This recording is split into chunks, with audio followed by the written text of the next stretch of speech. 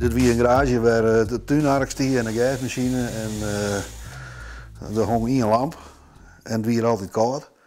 Dus meestal was ik bij mijn vrouw in een huis bezig, in de bijkeuken, 's winters. Maar ja, de onderdelen worden steeds groter, dus dat probleem wordt ook steeds groter. Ik ben nou eigenlijk de eerste dag na de verbouwing dat ik hier een beetje aan het werk ben. En het is gewoon snofelijker dan wat het was. Is de vrouw ook blij? Mijn vrouw die is er wel blij, maar ja, dat het spul uit de huis.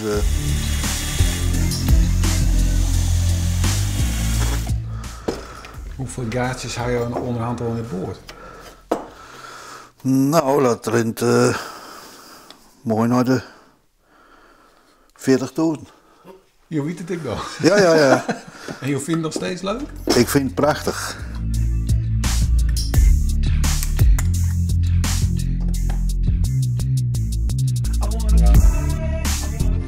Dus hij weer militair vliegen, dus bij ons thuis waren nooit ergens zo praten, zo vliegen.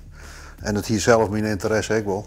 Het bloed kroept dan toch wat net gink en ik ben een techneuten, dus ik mag graag wat produceren.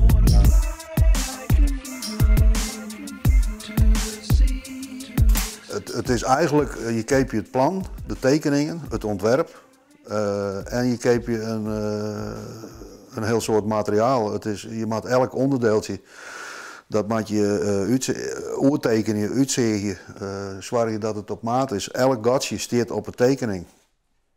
Oude in september wie ik hier bezig. Bij de fabriek zeggen ze van, je bent ongeveer tussen, afhankelijk van je eigen kunnen, ben je ongeveer tussen de 1500 en de 2500 uren bij je heiderwerk mee. Ik denk zelf, zoveel dat ik nou ben, ik zit nu ongeveer op 1100. Dus nou ja, als je hoe vier ik ben, dan denk ik van ik zit ongeveer op een 70%. Maar bij de vereniging zeggen ze van als je 70% clear hebt, dan heb je nog 80% in. Ik ben eigenlijk elk weekend een beetje wel mee bezig. Ik denk dat als ik dit tempo volhoud, dan denk ik dat ik toch nog wel minstens nog wel 2 jaar werk heb.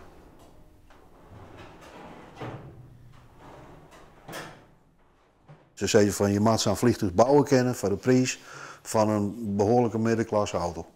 Maar de oeren en het yield, is het dan net beter om gewoon een naaien te kepen? Of? Nee. Je hebt op een gegeven moment het ding klaar en dat is ik zeg maar een auto. Op het moment dat je hem aanschaft, dan doet het pijn. Maar op het moment dat je er jelly en rijdt, dan is dat klaar. Dan weet je dat niet meer. Maar je mij al vliegen? Nee. Dat net? Nee, ik heb zweeflijn en daar heb ik een brevet van. Maar ik mag net mijn motorvliegtuig vliegen. Je moet eigenlijk zoals je je rijbewijs, maar je mag net op een vrachtauto rijden. Hoe lang moet je dan nog wachten voordat je echt de lucht in kent met dit?